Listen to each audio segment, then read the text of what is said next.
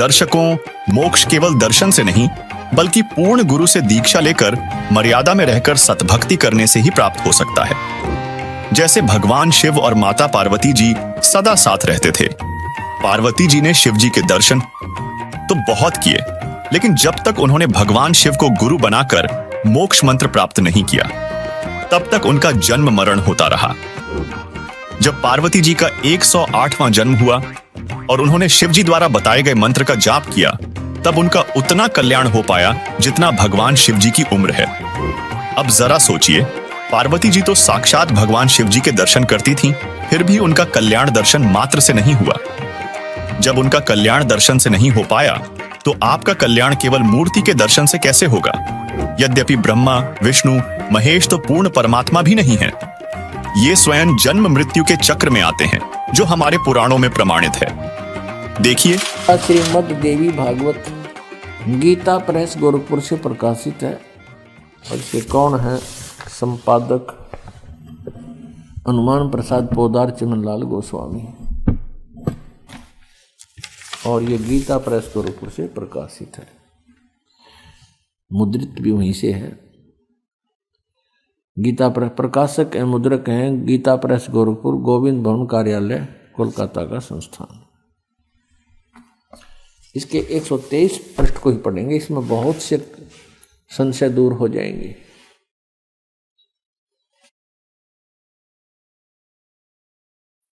तीसरा स्कंद श्रीमद् देवी भागवत आप पढ़ रहे हैं, 123 पृष्ठ पर देखिएगा। तुम भगवान विष्णु जी अपनी माता दुर्गा के विषय में कह रहे हैं स्तुति करते हुए, तुम शुद्ध स्वरूपा हो, यह सारा संसार तुम इसे उद्भासित हो रहा है। मैं ब्रह्मा और शंकर हम सभी तुम्हारी कृपा से विद्यमान हैं। हमारा आविर्भाव माने जन्म और तिरोभाव माने मृत्यु हुआ करता है। हमारा जन्म और मृत्यु हुआ करता है। केवल तुम ही नित हो, जगत जननी हो, प्रकृति और सनातनी देवी हो। फिर यहाँ कहा है, ये स्पष्ट लिखा है, आविर्भाव माने जन्म। भगवान विष्णु जी स्वीकार कर रहे हैं कि मैं ब्रह्मा और शंकर हम सभी का जन्म और मृत्यु हुआ करता है। केवल तुम ही नित्य हो यानी अविनाशी हो, जगत जननी हो, प्रकृति और सनातनी देवी हो। यह भी याद रखना कि प्रकृति दुर्गा के लिए ही कहा जाता है। भगवान शंकर बोले, देवी यदि महाभाग विष्णु तुम्ही से प्रकट हुए हैं तो उनके बाद उत्पन्न होने वाले ब्रह्मा भी तुम्हारे बालक हुए। फिर मैं तमोगुणी लीला करने वाला शंकर क्या तुम्हारी संतान नहीं हुआ? अर्थात मुझे भी उत्पन्न करने वाली तुम ही हो शिवे। संपूर्ण संसार की सृष्टि करने में तुम बड़ी चतुर हो। इस संसार की सृष्टि, स्थिति और संहार में तुम्हारे गुण सदा समर्थ हैं। उन्हीं तीनों गुणों से उत्पन्न हम ब्रह्मा, विष्णु एवं शंकर नियमानुसार कार्य में तत्पर रहते हैं। आइए अब जानते हैं गीता अनुसार भक्ति की वो विधि जिससे मोक्ष प्राप्ति होती है और परम अक्षर ब्रह्म अर्थात पूर्ण परमात्मा पापों का नाश कर देता है। देखिए, पवित्र गीता और वेद श्रीमद् भगवत गीता अध्याय नंबर 17 के श्लोक नंबर 23 में गीता ज्ञानदाता कहता है, उस परम अक्षर ब्रह्म के पाने का, सच्चिदानंद घन ब्रह्म के पाने का 3 मंत्र का जाप है। ओम तत्सत अपना तो इसने सार्वजनिक कर रखा है और तत् और सत का इसको ज्ञान नहीं, क्योंकि इसने उस समय आवेश में आकर के परमात्मा के उस ज्ञान का नाश कर दिया। फिर परमात्मा आकर वो ज्ञान बोलते हैं स्वयं अपने अन्य रूप धारण करके, तो ये उसको ये इसके एजेंट समझ नहीं पाते। परमात्मा इस तरीके से उसको अपनी वाणी में छुपा कर जाते हैं। फिर या स्वयं आते हैं या अपना दास भेजकर अपने बच्चों तक उस ज्ञान को फिर सार्वजनिक कराते हैं। अब 17वें अध्याय के 23वें श्लोक को फिर दिखाते हैं आपको, देखिएगा। ये श्रीमद् भगवद गीता 17वें अध्याय का 23वां श्लोक दिखाते हैं। अध्याय नंबर 17 का ये 23 नंबर मंत्र है। ओम तत्सति ओम तत्सत इति निर्देश ब्रह्मण त्रिविध समर्थ ब्राह्मणा तेन वेदा च यज्ञा च विहिता पुरा। ओम ओम तत् तत् सत सत। ओम तो सीधा है, तत् और सत ये गुप्त है, सांकेतिक है। ऐसे यह 3 प्रकार का सच्चिदानंद घन ब्रह्म का नाम कहा है, वो परम अक्षर ब्रह्म का नाम कहा है। अब प्रसंग चल रहा है, हम वहीं आते हैं। जिनकी आप पूजा करते हो, हम भिखारी बने फिरे थे, सत साधना ना करके, सतपुरुष की पूजा ना करके हम इन भगवानों के आगे हाथ फैलाए फिरते थे। और ये कुछ दे नहीं सकते, ये अपना दुख दूर नहीं कर सकते, अपना पाप नाश नहीं कर सकते।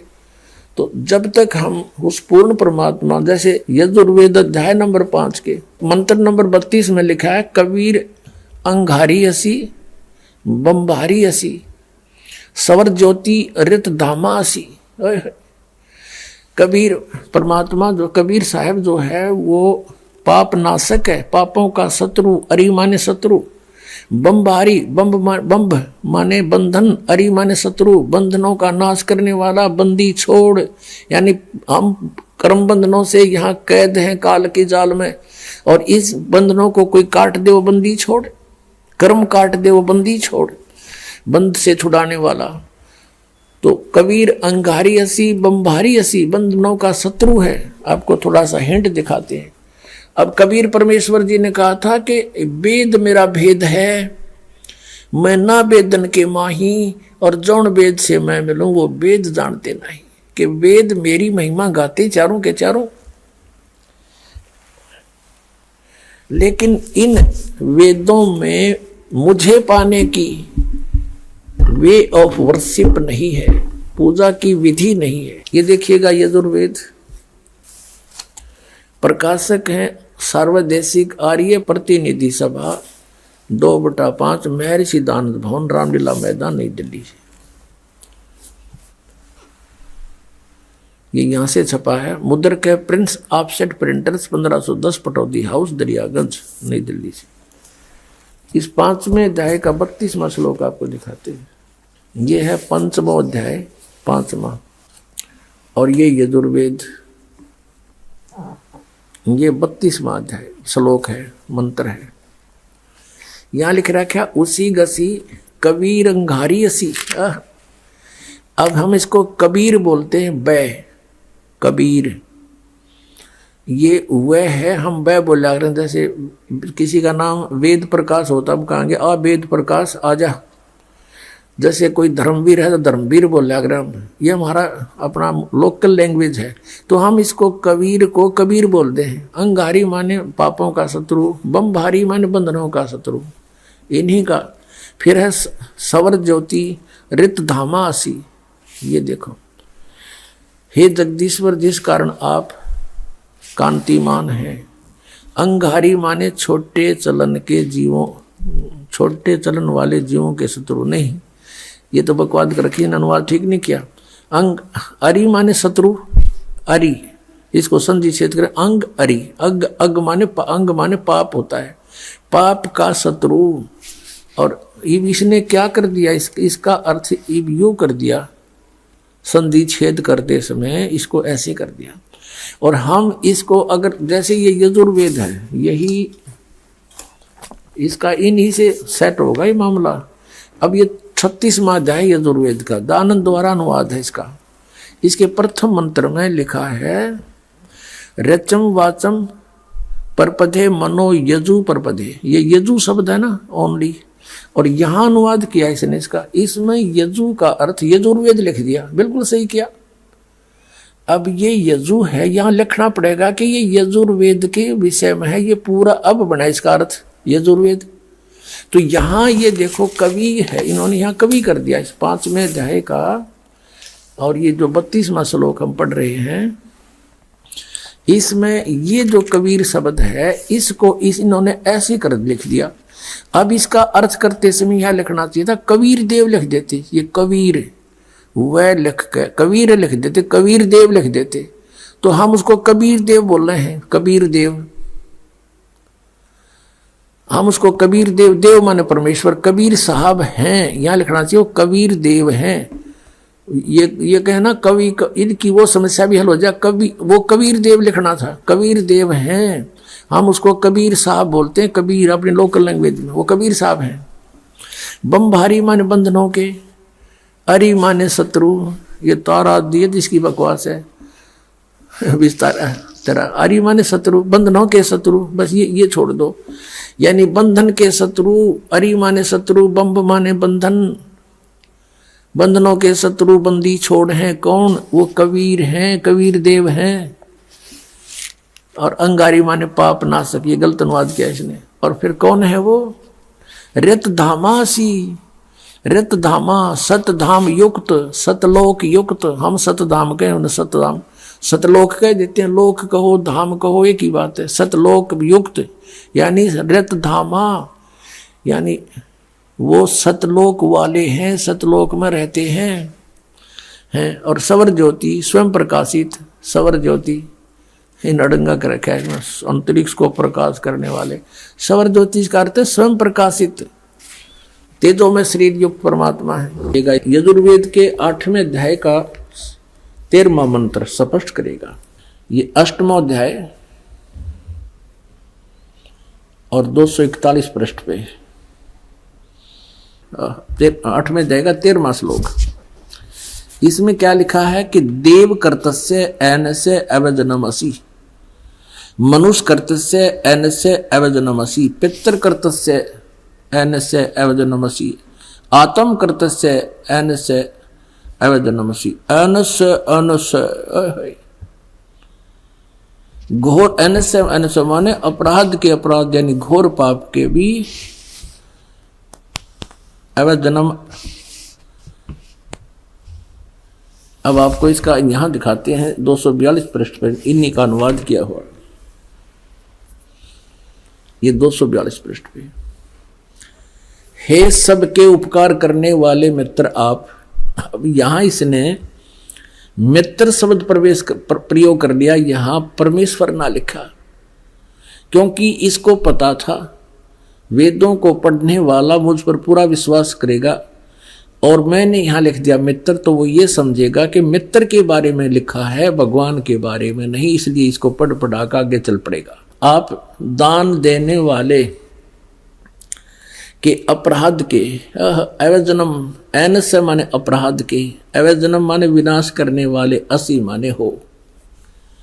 मनुष्य कर्तस्य साधारण मनुष्यों के किए हुए, ऐनस्य माने अपराध के, अवजनम माने विनाश करने वाले हो। पितर कर्तस्य पिता के किए हुए, ऐनस्य माने अपराध, ये अपराध ही लिखना चाहिए था, विरोधाचरण लिखा है। अच्छी प्रकार हरने वाले हो, नाश करने वाले हो। अपने किए हुए, ऐनस्य माने पाप के, ऐनस्य कहो, ऐनस्य का अर्थ पाप कहो, ऐनस्य माने अपराध कहो, ऐनस्य माने अपराध या पाप एक ही अर्थ होता है।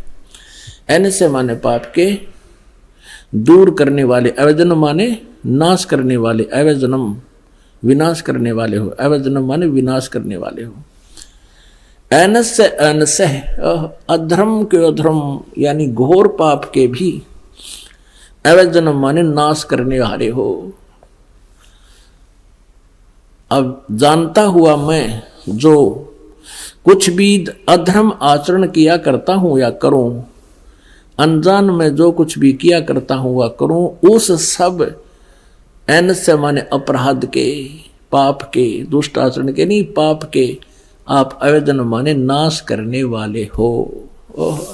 अब यहां मित्र शब्द लिख दिया इसने, यहां परमात्मा ना लिखा जीव को मूर्ख बनाने के लिए। अब देखो इन्हीं के शब्दों में, अब इसी महर्षि दयानंद जी ने सत्यार्थ प्रकाश के प्रथम समोल्लास में भगवान के नामों की महिमा की व्याख्या की है, विवरण दिया है। उसी में आपको दिखाते हैं मित्र माने परमात्मा होता है। ये देखिए इन्हीं के शब्दों में, यह प्रथम समोल्लास है और पृष्ठ नंबर 18 पर, सत्यार्थ प्रकाश पृष्ठ नंबर 18 पर। यहां देखिए इन्हीं के विचारों में महर्षि दयानंद जी लिख रहे हैं, जो सबसे स्नेह करे, सबको प्रीति करने योग्य है, वह परमेश्वर सबका सच्चा मित्र है। इससे परमेश्वर का नाम मित्र है। तो जहां इसने मित्र शब्द लिखा है वहां हम लिखेंगे हे परमेश्वर आप, बस सीधी सी बात। अब मित्र मान इसने यहां लिख दिया हे सबके उपकार करने वाले मित्र आप, यजुर्वेद के 8वें अध्याय के 13वें मंत्र में। अनुवाद में गड़बड़ करने की चेष्टा की कि पढ़ने वाला यूं सोचेगा कि ये तो मित्र के बारे में लिखा है, भगवान के बारे में नहीं। ऐसा ही हमारे साथ जैसे हमारा और इस आर्य समाज के आचार्यों का सन 2004 से वाद विवाद चल रहा था। समाचार पत्रों में विज्ञापन के माध्यम से हम लिखते थे, वो भी उत्तर देते थे। जहां इस दास ने ये लिखा था कि महर्षि दयानंद को वेदों का बिल्कुल ज्ञान नहीं था, ये कहता है कि पाप नाश नहीं कर सकते। 7वें समोल्लास में लिखा है भगवान की साधना से पाप नाश नहीं हो सकते। जबकि यजुर्वेद अध्याय नंबर 8 के श्लोक नंबर 13 में स्पष्ट लिखा है कि भगवान घोर पाप का भी नाश कर देता है। तो उन्होंने उत्तर दिया था कि रामपाल झूठ बोल रहा है। यजुर्वेद अध्याय नंबर 8 के श्लोक नंबर 13 के अनुवाद में महर्षि दयानंद ने मित्र के बारे में लिखा है, परमेश्वर के बारे में नहीं। यानी जनता को मूर्ख बनाना उनका उद्देश्य था, लेकिन वो भूल गए कि अब आज से 150 वर्ष पहले वाला भारत नहीं है। अब हम स्वयं शिक्षित हैं, परमात्मा ने दया बख्शी है, प्रत्येक भारतवासी आज अक्षर ज्ञान युक्त है और इनसे जैसा भी अनुवाद बना इन्होंने अनुवाद किया है और इनसे नहीं अनुवाद हुआ वो ये दास करेगा और बता रहा है, क्योंकि सूक्ष्म वेद में वो पहले ही लिखा परमात्मा की वाणी में। अब देखो यही यजुर्वेद 8वें अध्याय का 13वां श्लोक,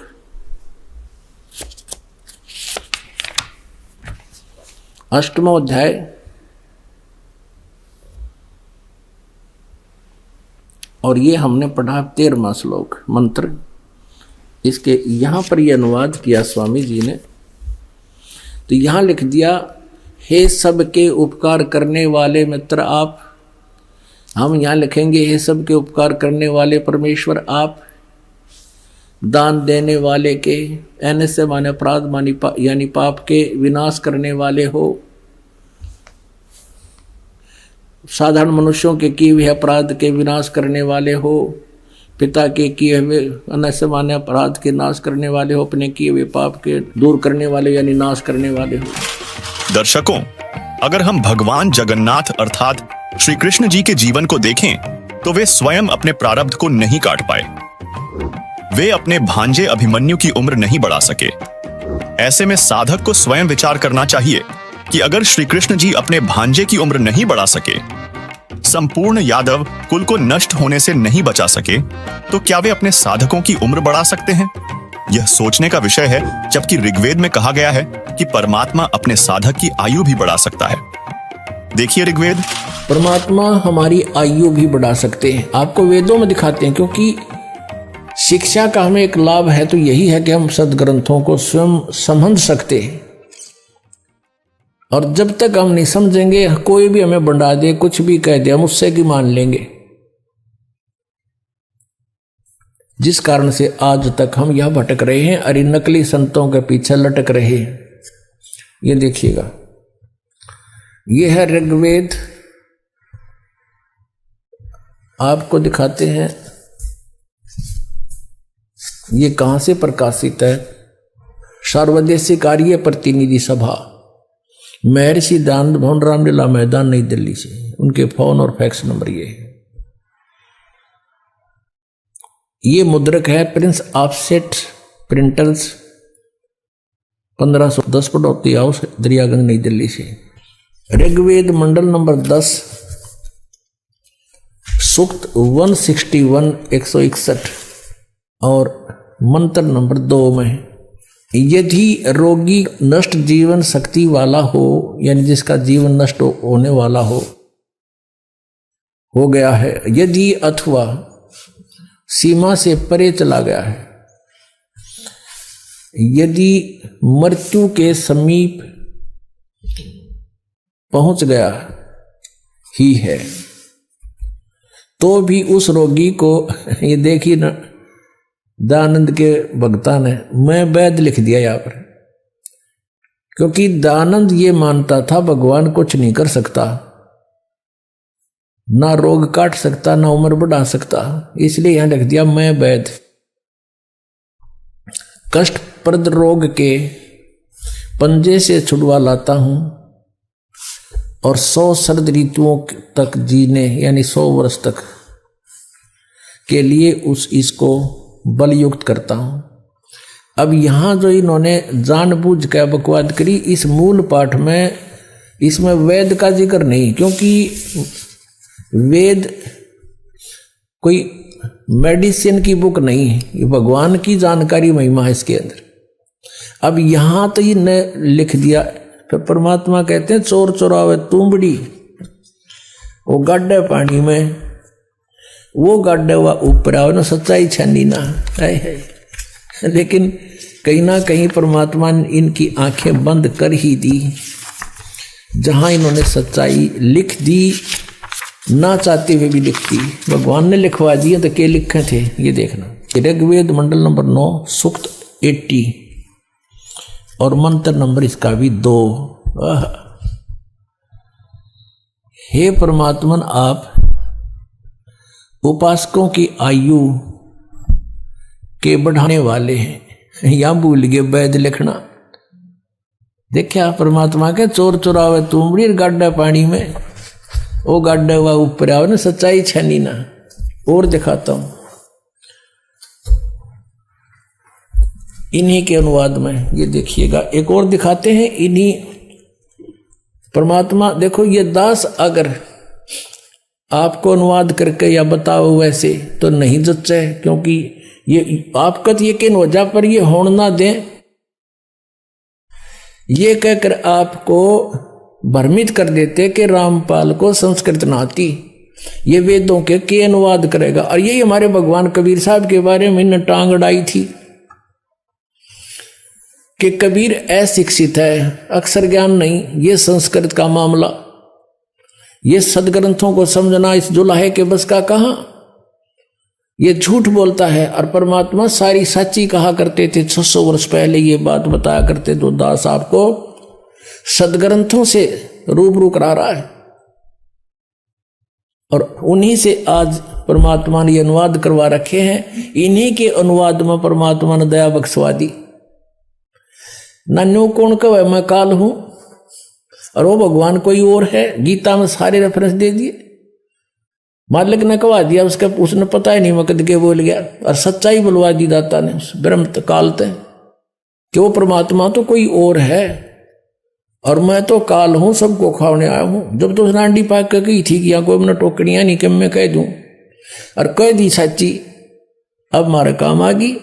अब देखो ये ऋग्वेद है, इसका द्वितीय भाग है। ये लंबी बड़ी जल्द में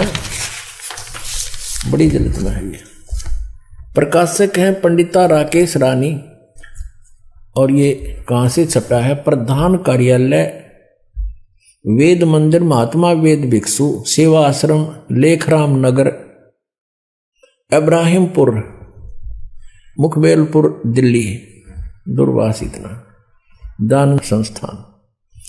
और ये है इसका अनुवादक महात्मा वेद भिक्षु भारतेंद्र नाथ, और दान संस्थान करोल बाग नई दिल्ली से इसने इसका अनुवाद किया है। देखिएगा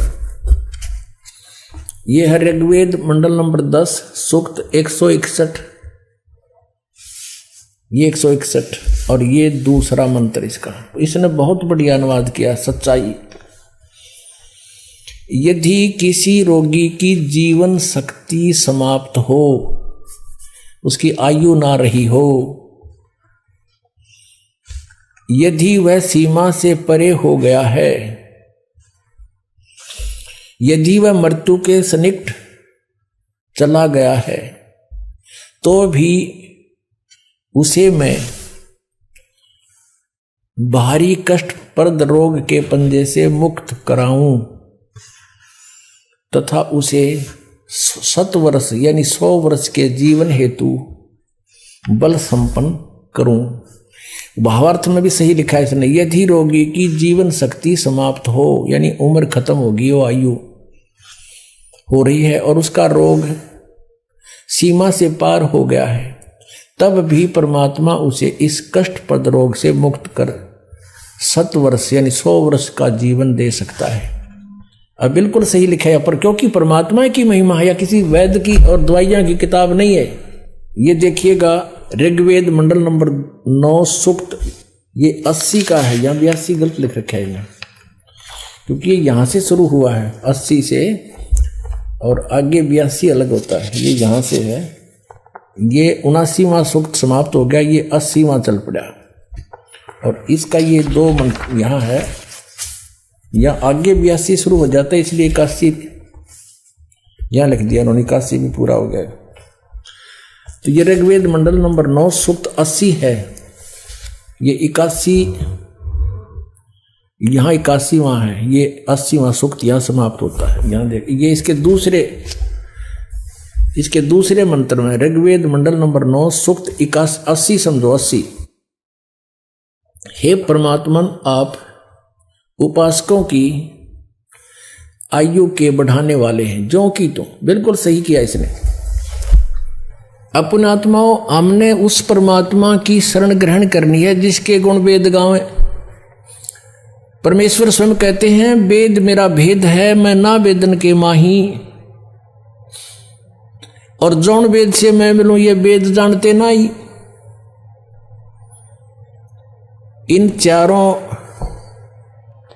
वेदों के अंदर कबीर परमेश्वर कहते हैं मेरा ही गुणगान है। तो दर्शकों, अब तक आपने देखा कि श्री कृष्ण जी अर्थात भगवान जगन्नाथ न तो उम्र बढ़ा सकते हैं, न पाप नाश कर सकते हैं, और ना ही उनके दर्शन मात्र से मोक्ष संभव है, जिससे सिद्ध हुआ कि जगन्नाथ रथ यात्रा से मोक्ष और पाप नाश होने के विश्वास के पीछे कोई धार्मिक और आध्यात्मिक आधार नहीं है, अपितु यह मात्र एक लोक मान्यता ही है। वहीं वेदों के उपरोक्त प्रमाणों से यह स्पष्ट होता है कि वास्तव में जगन्नाथ तो कबीरदेव अर्थात कबीर साहेब जी हैं, जिनकी भक्ति से मोक्ष की प्राप्ति होती है, हमारे पाप नाश होते हैं, और यदि आयु भी समाप्त हो गई हो तो वह भी कबीर साहेब जी बढ़ा देते हैं। सवाल नंबर 3, ओडिशा के रहस्यमयी जगन्नाथ मंदिर का निर्माण किसने करवाया और इसके पीछे की वास्तविक कहानी क्या है? इस अद्भुत मंदिर की निर्माण प्रक्रिया और इतिहास में ऐसे कौन से रहस्य छिपे हैं जो आज भी लाखों भक्तों के लिए अनसुलझे हैं? दर्शकों, ओडिशा में स्थित जगन्नाथ मंदिर एक ऐसा पवित्र स्थल है जहां हर साल लाखों भक्त भगवान जगन्नाथ का आशीर्वाद पाने के लिए आते हैं। यह मंदिर 4 धाम तीर्थ स्थलों में से एक है। मान्यता है कि यहां भगवान विष्णु ने पुरुषोत्तम नील माधव के रूप में अवतार लिया था, जिससे इस मंदिर का महत्व और बढ़ जाता है। तो चलिए इस पवित्र मंदिर के निर्माण के वास्तविक रहस्य को जानते हैं। उड़ीसा में एक इंद्र दमन नाम का राजा था। वो भगवान श्री कृष्ण का पुजारी था, परम भक्त था। स्वप्न के अंदर श्री कृष्ण जी ने दर्शन दिए और कहा कि इंद्र दमन, एक मंदिर बना दे और जगन्नाथ नाम रख देना उसका, और एक ध्यान रखना उसमें कोई मूर्ति ना हो, उसमें कोई पाखंड पूजा नहीं होनी चाहिए, और उसके अंदर एक विपर छोड़ देना ब्राह्मण विद्वान, और उसके अंदर श्रीमद् भगवद गीता का पाठ करे, सदग्रंथों का ही आधार बनाकर वो ज्ञान देता रहे। कोई पाखंड पूजा मत करना, उसमें कोई मूर्ति स्थापना मत करना। और उन्होंने खुद जाकर स्वप्न में इंद्र दमन को ले जा करके वो स्थान दिखाया जो समुद्र के किनारे पहाड़ पे था, थोड़ा सा पहाड़ी है, कि यहां बनाना। अब ऐसा कहकर श्री कृष्ण जी चले गए। इंद्र दमन सुबह उठा, उसकी खुशी का ठिकाना नहीं। अपनी पत्नी से कहा कि मुझे आज स्वप्न में परमात्मा दिखाई दिए थे। सारी कहानी बताई और कहा भगवान ने कहा कि एक मंदिर बना दे, और वो स्थान भी दिखाया मेरे को कि यहां बना दे, जगन्नाथ नाम रख देना, उसमें मूर्ति नहीं होनी चाहिए, पाखंड पूजा नहीं होनी चाहिए, कोई विपर छोड़ देना, वो कथा सुनाया करेगा। अब उसकी पत्नी बड़ी धार्मिक थी, वह बड़ी खुशी हुई, क्यों हो हमारे तो भाग जाग गए। अब फिर भगवान ने कह दिया तेरे पास सारा संपन्न है, सारा धन है, बहुत पैसा है, और कर दे शुरू। तो इंद्र दमन ने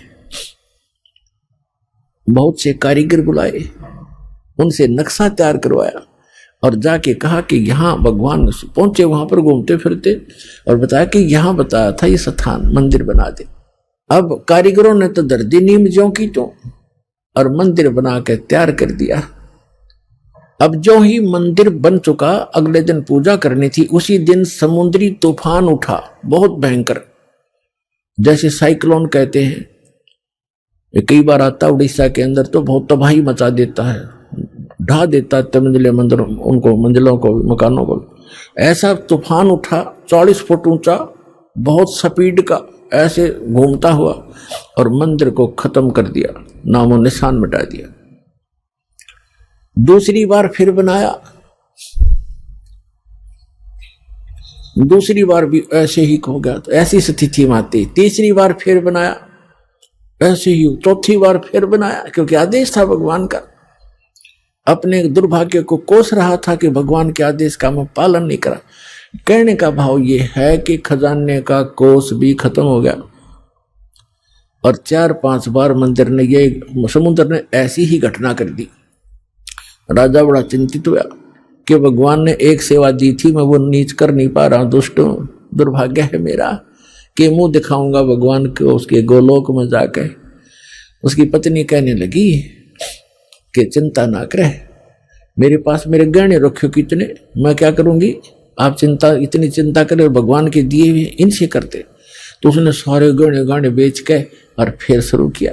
क्या हुआ कि वो मंदिर बनकर तैयार हो गया, और उधर से हम, उसने मंदिर बनाने से हाथ खड़े कर लिए, सरेंडर कर दिया था राजा ने। तब उसकी रानी ने कहा कि ऐसे करो, मेरे गहने ले लो, इससे बनवा लो। कहने लगा गहने लेकर भी बनवा दूंगा, पर ये समुद्र पता नहीं कौन से जन्म का दुश्मन है मेरा, ये उबड़ते ही आले है ऊपर।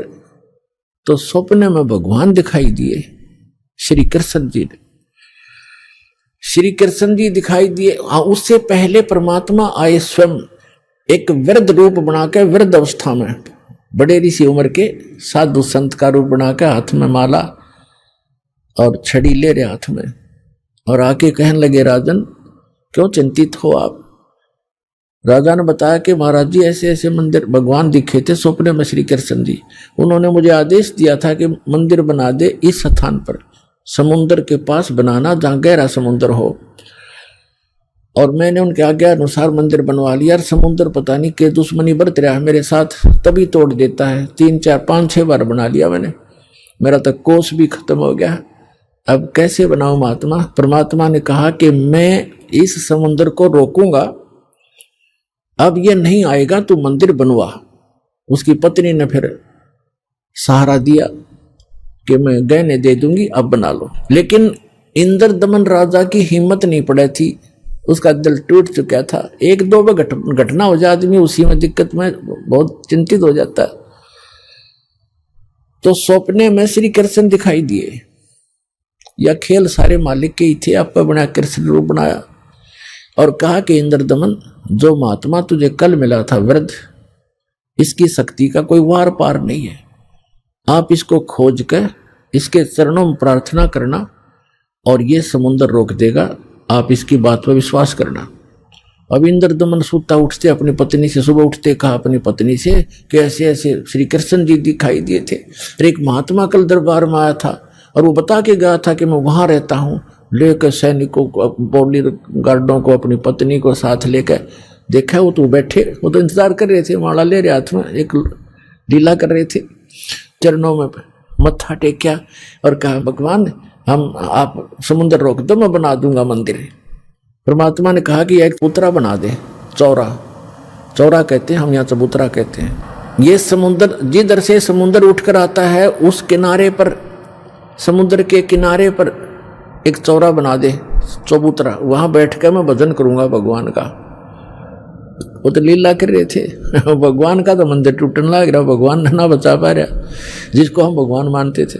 तो परमात्मा बोले ठीक है, चबूतरा तराश का पत्थर बड़ा बढ़िया वो बना दिया, चबूतरा, चौरा बोलते हैं उसको। और वहां परमात्मा बैठ के माला लेकर, एक वो समरणी, ऐसे समरणी होती है, ये एक हाथ सारा लेकर बैठ जाते हैं, उसको फावड़ी सी बोल रहे हैं उसको। वो साथ में लेकर बैठ गए नु।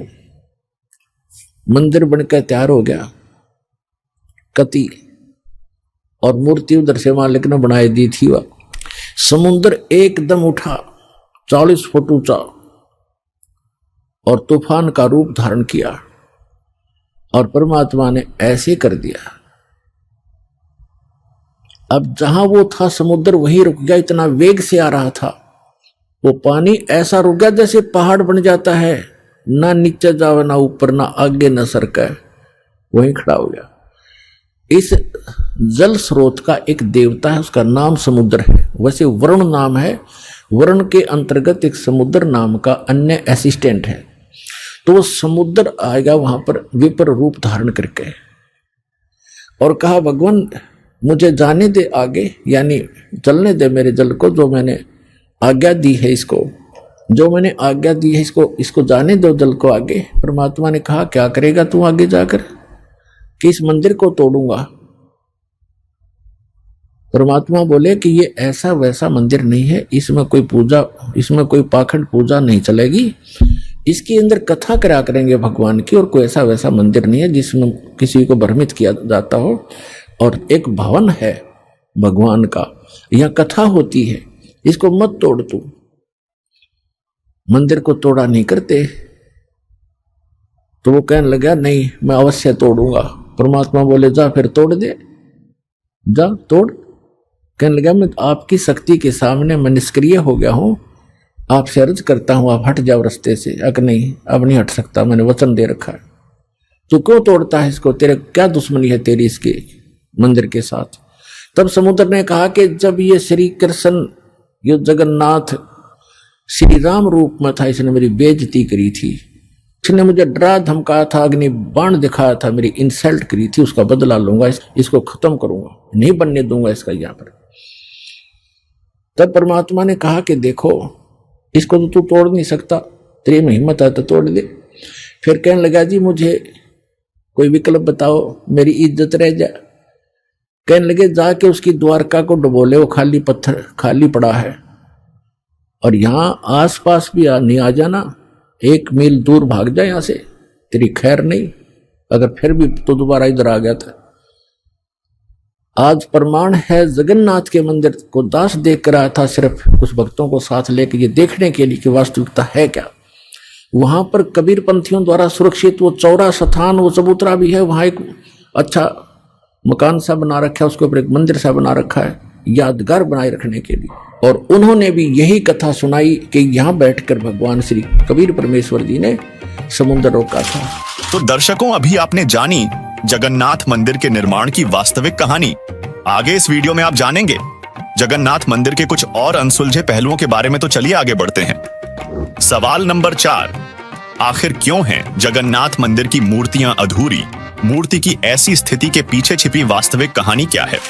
दर्शकों, हिंदू धर्म में अखंड या अधूरी मूर्तियों की पूजा वर्जित मानी जाती है, लेकिन पुरी के जगन्नाथ मंदिर में अधूरी मूर्तियों की पूजा की जाती है। आइए जानते हैं इसकी वास्तविक कथा। अब जो ही वो बनाने मंदिर बन रहा था, इतने में गोरखनाथ जी आ गए। एक क्योंकि वो पहचान तो उसको सके नहीं, परमात्मा ने कबीर जी ने बताया कि वो गोरखनाथ थे। एक सिद्ध पुरुष थे। राजा से कहा कि राजा इतना बढ़िया मंदिर बना रहे हो, उसमें मूर्ति होनी चाहिए भगवान श्री कृष्ण और उसकी बहन सुभद्रा की और बलराम की, बगैर मूर्ति के मंदिर कैसा? उन्होंने कहा, राजा ने कहा कि भगवान ने सौपन में मुझे मना किया था कि सौपन तो सौपन ही होता है, हमारे आदेश का पालन करो। लाल आंख कर ली। राजा डर गया, भाई देखा ये कोई दुराशीष ना दे दे साधु। तो राजा ने कहा जी जैसे आपकी इच्छा, और कहा चंदन की लकड़ी से बनवाना। क्या अच्छा जी, अब कारीगर खोजे, अब मूर्ति बनाकर तैयार करें। तैयार होते होते बिल्कुल तैयार हो जाए मूर्ति, ऐसे बिखर जा, सारी टूट जा, टुकड़े टुकड़े हो जाते। 2-3 बार ऐसे की, ऐसे टुकड़े टुकड़े होगी। राजा बहुत चिंतित हुआ कि उधर वो सिद्ध पुरुष है, यदि ये मूर्ति नहीं बनवाई तो इन्हों कहेगा तू पहले नाट्य था और तेरी नीत में खोट है, मुझे श्राप देगा। राजा की नींद हराम होगी। उधर से मंदिर की चिंता, उधर से ये मूर्ति नहीं बन रही है। अब परमात्मा एक कारीगर का रूप बना के, वृद्ध कारीगर जैसा नरसी के पास आए थे, और वहां एक वृद्ध कारीगर कति वृद्ध 86 वर्ष की आयु दिखा रहे हों जैसे लीला करे, और कहा राजन मैं बड़ा अनुभवी कारीगर हूं और मैंने बहुत से ऐसी लकड़ी चंदन का बहुत बड़ा मास्टर हूं, और मैंने सुना है कि यह मूर्तियां बन नहीं पा रही, मैं मूर्ति बना दूंगा। राजा ने बड़ी खुशी हुई कि अनुभवी व्यक्ति दिखे है और मेरी शायद बात बनेगी। कहा जी ठीक है बनाओ, अभी मंगा देता हूँ चंदन की लकड़ियां। कहने लगा मुझे एक कमरे में बंद कर दो, इन जब तक मैं ये मूर्ति ना बन जावे मैं बाहर नहीं निकलूंगा, वैसे नहीं बनेंगी ये मूर्तियां, और अब बनने के बाद मैं अपने आप आ जाऊंगा, चिंता मत करना, और तुम बीच में मुझे डिस्टर्ब ना करना, डिस्टर्ब करोगे तो मूर्ति जो की तो जितनी बन चुकी होंगी उतनी रह जाएंगी। राजा बोला जी ठीक है जैसे आपको। उसका भोजन पानी अंदर रखवा दिया सारा। अब वो नाथ जी आ गया कमरे में, भगवान ने बैठे 4-5 दिन हो गए, 3-4 दिन हो गए थे। उसने राजा से पूछा कि क्या मूर्ति बनाई? राजा ने कहा जी हम बहुत ट्राई कर रहे हैं, देखो बहुत सी मूर्ति बनाई, ये कारीगर बैठे थे वो भी बुला रखे थे, बुला लिए, ये बना रहे थे, ये टूट जाती हैं, देखो भगवान कितनी, एक नाथ जी कितनी लकड़ी खराब होगी है, तो अब क्या, अब कैसे चलेगी? बनवाने हो, अवश्य बनवानी है। जी बनवा रहा हूं, एक कारीगर है बहुत अनुभवी और वो बना रहा है मूर्ति। तो नाथ जी ने कहा मुझे दिखाओ पहले, बनने के बाद उसमें कोई डिफेक्ट होगा, अभी तो जल्दी मंदिर तैयार होने वाला है, फिर रखनी पड़ेगी, कोई डिफेक्ट होगा तो मैं ठीक करवाऊंगा, ऐसी वैसी मूर्ति थोड़े रखने दूंगा। तो उन्होंने बताया जी, कारीगर ने कहा कि जब तक मैं मूर्ति नहीं बनेगी मैं बाहर नहीं आऊंगा, और बीच में तुमने मुझे छेड़ दिया तो मूर्ति वहीं की वहीं रह जाएंगी। नाथ जी कहने लगे ऐसी कोई बात है, खुलवाओ इस दरवाजे को। अब खटाखट खटखट करे, कारीगर दरवाजा खोलो, कारीगर दरवाजा खोलो, नहीं खोला। तो उन्होंने सोचा, नाथ जी ने कहा कि हो सकता है बूढ़ा आदमी मर गया हो, तुम अच्छे व्यक्ति हो, दरवाजा तोड़ दो। दरवाजा तोड़ दिया, वहां कारीगर था ही नहीं।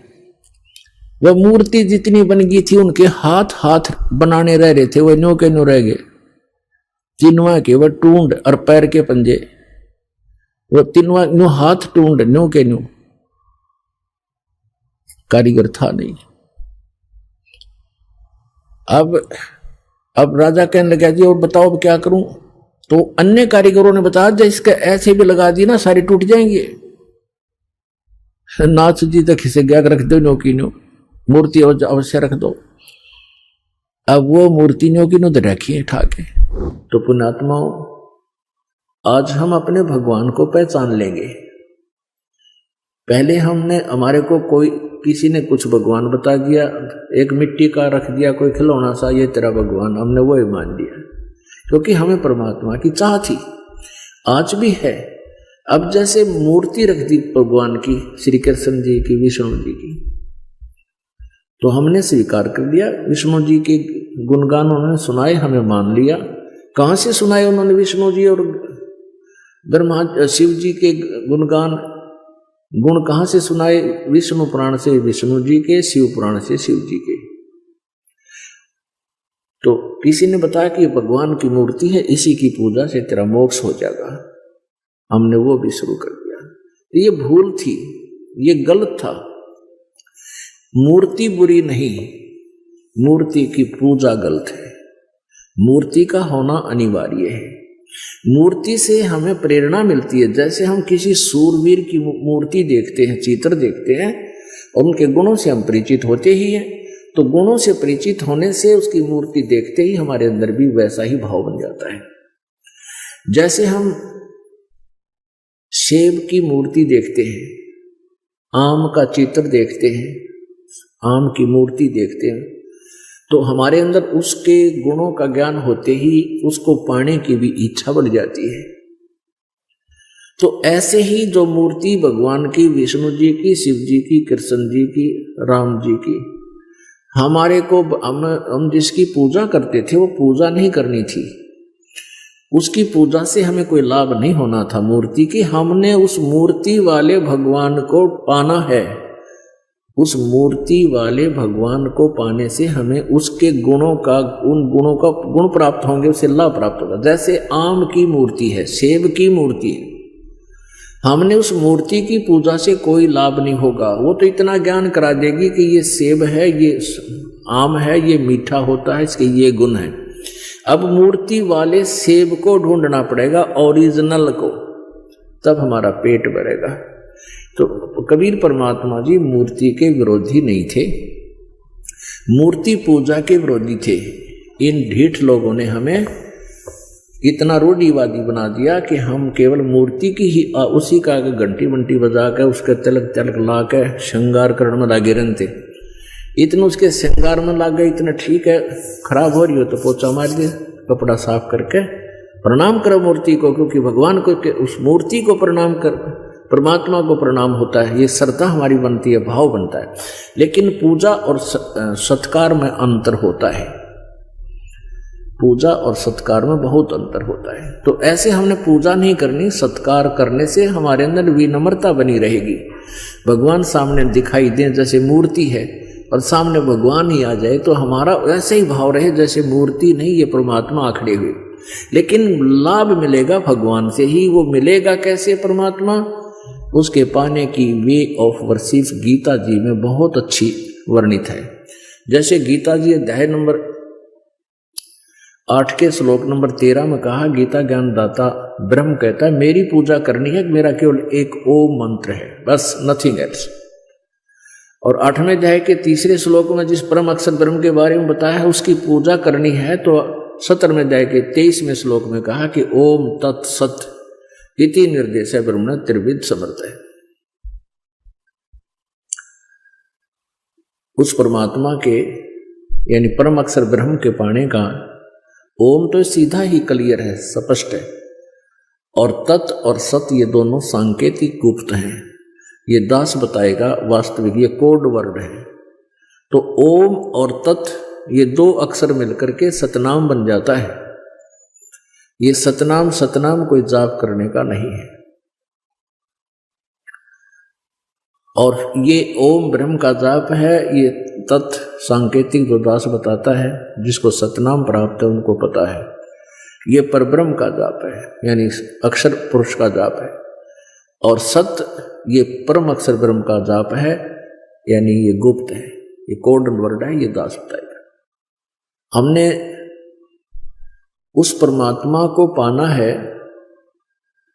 मूर्ति से कोई लाभ नहीं होगा। हमने उस परमात्मा को पाना है जिसकी हम खोज कर रहे हैं, जिससे हमें पूर्ण लाभ होगा। अब गीता ज्ञान दाता कहता है कि तू सर्वभाव से उस परमेश्वर की शरण में जा जिसकी कृपा से तू परम शांति और शाश्वत स्थान यानी सतलोक को प्राप्त होगा।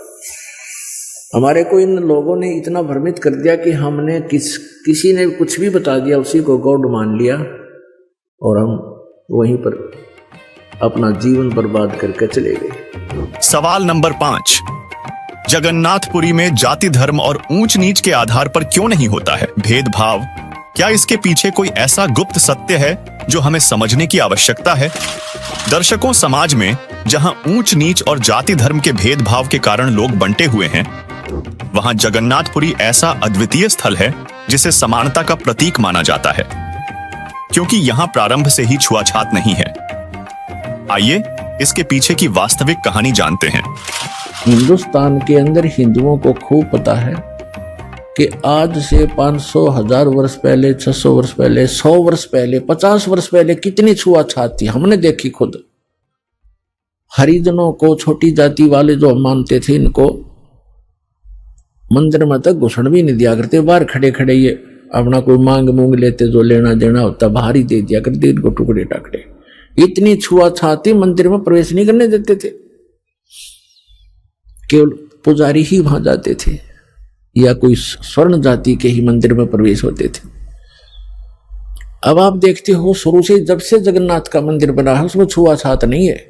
क्यों? उसमें भगवान बदल गया या विधान बदल गया इन धर्म गुरुओं का? वहां क्यों नहीं छुआछात? कोई जवाब नहीं इनके पास। अब सच्चाई क्या है ये दास बताएगा। अब जब वो मंदिर बनकर तैयार हो गया और मूर्ति स्थापना कर दी। अगले दिन उसकी पूजा करनी थी, वो प्राण प्रतिष्ठा का है ना, वो करनी थी। देख अकल मारी जा रही हमारी। कारीगर तो मूर्ति बनावे और पुजारी उसमें प्राण डाले और फिर हम पूजा उस पत्थर ने। बता, ये थी पूजा हमारी। प्राण उसमें प्राण प्रतिष्ठित करे था, करें पुजारी, आगे भी इसमें प्राण डाल दिए, फिर भगवान खा करेगा जब हमने प्राण डाल दिए उसमें। अकल मारी जा रही थी हमारी, कोई ज्ञान नहीं था, कोई आधार नहीं था। तो फिर क्या हुआ, सुबह चले पांडे पूजा करने के लिए, राजा भी साथ में, रानी भी साथ में, सैनिक भी साथ में, आगे आगे पांडे। और परमात्मा वहां घूमते थे, उनको पता था ये शूद्र है, ब्राह्मणों को पंडितों को पता था कि शूद्र है। परमात्मा जगन्नाथ के मंदिर के गेट के बीच में खड़े हो गए उस दिन, जिस दिन वो आए थे पूजा करने के लिए। अब परमात्मा ने पीछे न मुंह कर दिया, जिधर से वो आ रहे थे मंदिर को देख रहे थे ऐसे खड़े खड़े, जैसे अजनबी व्यक्ति देखा करता पहली बार आके। अब जो ही वो मुख्य पांडा सामने आया, पहले तो वो मंत्र मंत्र करता नहीं देखता था, तुझे कोई देख रहा कि नहीं, आज तू सबसे प्रमुख है। सामने निकट आकर देखा कि एक शूद्र खड़ा है गेट पर। परमात्मा को उसने ऐसे हाथ मारा और परमात्मा इतनी दूर गिर गए जाके और कहा, शूद्र तुझे शर्म नहीं आती, तो ऐसे पवित्र मंदिर के द्वार पर खड़ा है, दूर मर जाए यहां से। तूने अछूत कर दिया सारे मंदिर को। अब परमात्मा एक तरफ बैठ के जाके, जैसे एक ऐसा ही व्यक्ति बैठ जाता है, एक तरफ नो करके बैठ गए। अंदर जाकर क्या देखते हैं, वो तीनों मूर्ति उस अछूत का रूप धारण किए हुए हैं। अरे क्या हो गया, अरे ये क्या हो गया, ये कोई जादूगर है, ये अछूत कोई जादूगर है, देखो मूर्ति कैसी बन गई है। परमात्मा थोड़ी देर में फिर वह लीला खत्म कर दी, वह नो के नो श्री कृष्ण खड़े।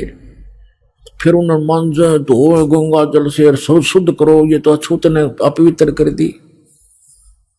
वो सारा कुछ उन्होंने कर करा के अपना फारिग हुए, मंदिर चालू हो गया। उधर से क्या हुआ, उस मुख्य पांडे ने जिसने भगवान का धक्का मारा था, धक्काए थे, उसके सारे शरीर में कोढ़ शुरू हो गया।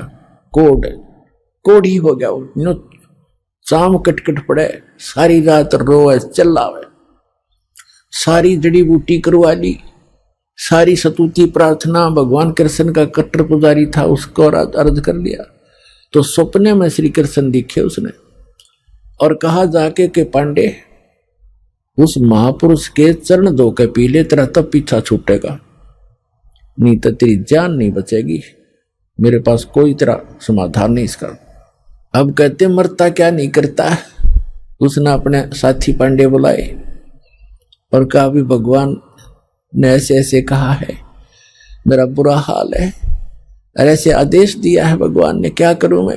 वो कहने लगे, क्या फर्क पड़ता है, जान बच जाएगी, और चल चरणामृत ले ले, उसके माफी मांग ले, क्षमा याचना कर ले।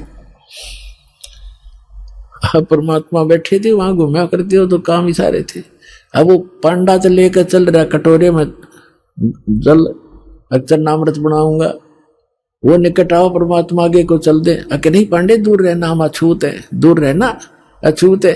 और वो हाथ जोड़े, महाराज डट जाओ, महाराज जी रुक जाओ, मैं मर गया, मेरा बुरा हाल है। कि नहीं, आप अछूत, आपको अछूत के निकट नहीं आना चाहिए। अब काफी देर उनकी रिहर्सल करके रैली काट गए, तब बैठ गए एक पत्थर पे। अकबोल, क्या कहना चाहते हो। उन्होंने कहा, जी ऐसे ऐसे मुझे कोढ़ लग गया, मेरा कुछ समाधान बताओ, आपके चरण धोकर पीऊंगा, श्री कृष्ण जी ने बताया है। परमात्मा बोले, चरण धोना अच्छी बात है, लेकिन केवल चरण धोने कर पीने से नहीं बनेगी बात। मैं जो कहूं वो करना पड़ेगा, अगर जो कहोगे वही कर लूंगा। इस मंदिर के अंदर कोई छुआछात नहीं होगी। यदि तुमने छुआछात की तो तुम्हारी सबकी यही दशा फेर हो जाएगी, जो भी इसमें छुआछात करेगा। अब सुनिए सूक्ष्म वेद में वर्णित जगन्नाथ मंदिर के रहस्य को शब्द के माध्यम से। अर्ध रात तेरी बीत गई थी, सौपन में दिखे घनश्याम, इंद्र दमन एक मंदिर बनवा दे, जगन्नाथ हो जिसका नाम। इंद्र दमन एक मंदिर बनवा दे, जगन्नाथ हो जिसका नाम। अर्धरात्रि बीत गई थी, सौपन में दिखे घनश्याम, इंद्र दमन एक मंदिर बनवा दे, जगन्नाथ हो जिसका नाम। इंद्र दमन एक मंदिर बनवा दे, जगन्नाथ हो जिसका नाम। सुन राजा एक भवन बना दे, संग समुद्र गहरा हो, गीता जी का ज्ञान चले वहां, विपर कथा कोई कह रहा हो। ना मूर्ति न पाखंड पूजा, वो सहज स्वभाव से रह रहा हो।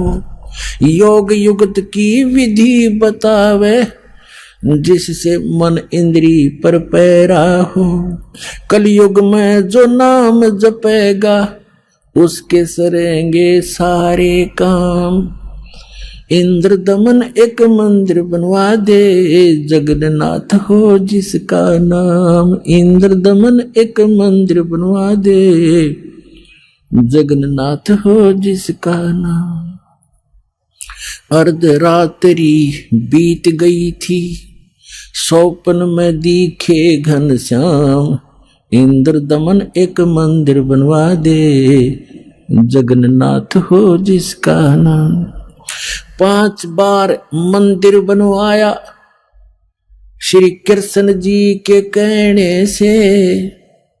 मंदिर टूटा अवशेष बचाना, वो तेज समुद्र बहने से। 5 बार मंदिर बनवाया, श्री कृष्ण जी के कहने से। मंदिर टूटा अवशेष बचाना, वो तेज समुद्र बहने से। कहे कबीर अब मंदिर बनवाओ, यो टूटे ना मेरे रहने से। 6ठी बार मंदिर बनवाया, राजा ने रानी के गहने से। कहे कबीर अब मंदिर बनवाओ, ये टूटे ना मेरे रहने से। 6ठी बार मंदिर बनवाया, राजा ने रानी के गहने से। कह श्री कृष्ण ये पूर्ण ब्रह्म कबीर यही है, इसके चरणों में कर ले प्रणाम। इंद्र दमन एक मंदिर बनवा दे, जगन्नाथ हो जिसका नाम। इंद्र दमन एक मंदिर बनवा दे, जगन्नाथ हो जिसका नाम। अर्धरात्रि बीत गई थी, सौपन में दिखे घनश्याम, इंद्र दमन एक मंदिर बनवा दे, जगन्नाथ हो जिसका नाम। कहे कबीर एक चबूतरा बनवाओ, जहां राम नाम लो लाऊंगा। जिस पर बैठ मैं संग समुद्र को रोकूं, और मंदिर को बचाऊंगा। कहे कबीर एक चौरा बनवा दे, जहां बैठ राम नाम लो लाऊंगा। जिस पर बैठ समुद्र को रोकूं, और मंदिर को बचाऊंगा। अब कहे समुद्र उठो भगवान, मैं मंदिर तोड़ने जाऊंगा। राम रूप में इसने मुझे सताया, वो बदला लेना चाहूंगा। कहे समुद्र उठो भगवान, मैं मंदिर तोड़ने जाऊंगा। राम रूप में इसने मुझे सताया, वो बदला लेना चाहूंगा। अग्नि बाण से इसने रास्ता मांगा, और कहा था मुझको नीचे गुलाम। इंद्र दमन एक मंदिर बनवा दे, जगन्नाथ हो जिसका नाम। इंद्र दमन एक मंदिर बनवा दे, जगन्नाथ हो जिसका नाम। अर्धरात्रि बीत गई थी, स्वप्न में दिखे घनश्याम, इंद्र दमन एक मंदिर बनवा दे, जगन्नाथ हो जिसका नाम। इंद्र दमन एक मंदिर बनवा दे, जगन्नाथ हो जिसका नाम। श्री कृष्ण जी की पूरी द्वारका, परमात्मा ने कहा समुद्र से, श्री कृष्ण जी की पूरी द्वारका उस पर जाकर लाओ घात। इधर समुद्र बहर जो आ गया तो ठीक नहीं रहेगी बात। कृष्ण जी की पूरी द्वारका उस पर जाकर लाओ घात। और सुनो समुद्र जो इधर फिर आ गया ठीक नहीं रहेगी बात। 1 मील वो सागर हट गया, जोड़ करके दोनों हाथ, और पूरी द्वारका डबोली थी वो श्री कृष्ण जी की बिगाड़ी जात। 1 मील समुंदर हट गया, जोड़ करके दोनों हाथ, और पूरी द्वारका डबोली फिर श्री कृष्ण जी की बिगाड़ी जात। पर्वत की जो रुक्या समुद्र, पर्वत की जो रुक्या समुद्र, ऐसे जगन्नाथ का बन गया धाम। इंद्र दमन एक मंदिर बनवा दे, जगन्नाथ हो जिसका नाम। इंद्र दमन एक मंदिर बनवा दे, जगन्नाथ हो जिसका नाम। अर्धरात्रि बीत गई थी, स्वप्न में दिखे घनश्याम। इंद्र दमन एक मंदिर बनवा दे, जगन्नाथ हो जिसका नाम। इंद्र दमन एक मंदिर बनवा दे, जगन्नाथ हो जिसका नाम। वर्द कारीगर बन के आए, वो बंदी छोड़ कबीर करतार। हाथ पैर प्रतिमा के रह गए, धक्के ते दिए खोल कवाड़। वर्द कारीगर बन कर आए, बंदी छोड़ कबीर करतार। हाथ पैर प्रतिमा के रह गए, वो धक्के ते दिए खोल कवाड़। अछूत रूप में साहेब आए, खड़े हुए थे बीच द्वार। पांडे जी ने धक्का मारा, कह करके न नीच गुलाम। अछूत रूप में साहेब आए, खड़े हुए थे बीच द्वार। पांडे जी ने धक्का मारा, कह करके न नीच गंवार। कोड लगा वो पांडा रोवे, कोड लगा वो पांडा रोवे, और काया का गल गया सब शाम।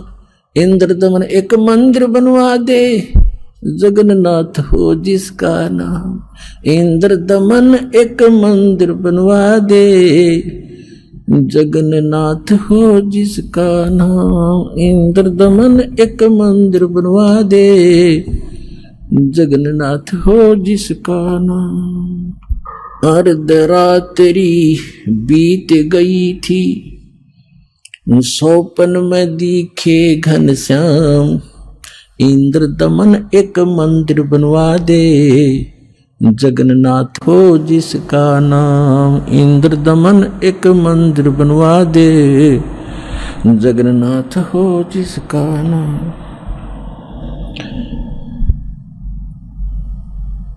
चरण धो पांडे न पिए, चरण धोकर पांडे न पिए, ज्यों की तो फिर होगी खाल। और कहे कबीर सुनो सब पांडा, यहाँ पर छुआ छात की न चाल चाल। चरण धोकर पांडे न पिए, ज्यों की तो फिर होगी खाल। कहे कबीर सुनो सब पांडा, यहाँ छुआ छात की न चाल चाल। जय कोई छुआ छात करेगा, उसका भी होगा यही हाल। एक पत्तल में दोनों जिम्मे, वहां पंडा गुलाम रामपाल।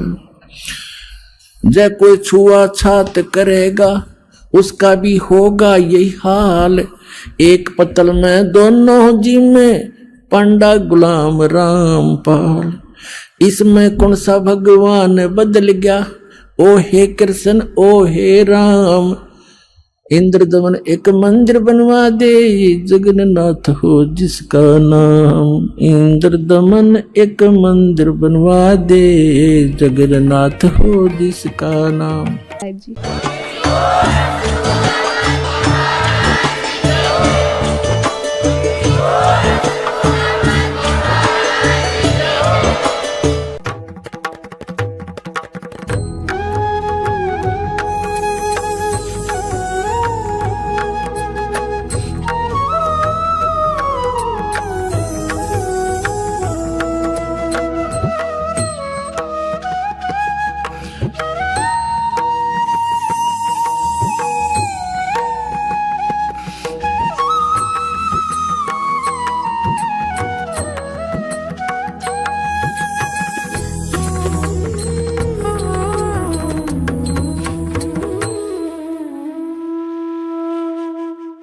आप सुन रहे थे जगत गुरु तत्वदर्शी संत रामपाल जी महाराज जी के मंगल प्रवचन। अधिक जानकारी के लिए विजिट कीजिए हमारी वेबसाइट www.jagatgururampalji.org। संत रामपाल जी महाराज जी के शुभ आशीर्वाद से पूरे विश्व भर में 500 से भी ज्यादा नाम दीक्षा केंद्र हैं, जिन पर संत रामपाल जी महाराज जी द्वारा ऑनलाइन निशुल्क नाम दीक्षा दी जा रही है। अपने नजदीकी नाम दीक्षा केंद्र का पता करने के लिए संपर्क करें 8222880541।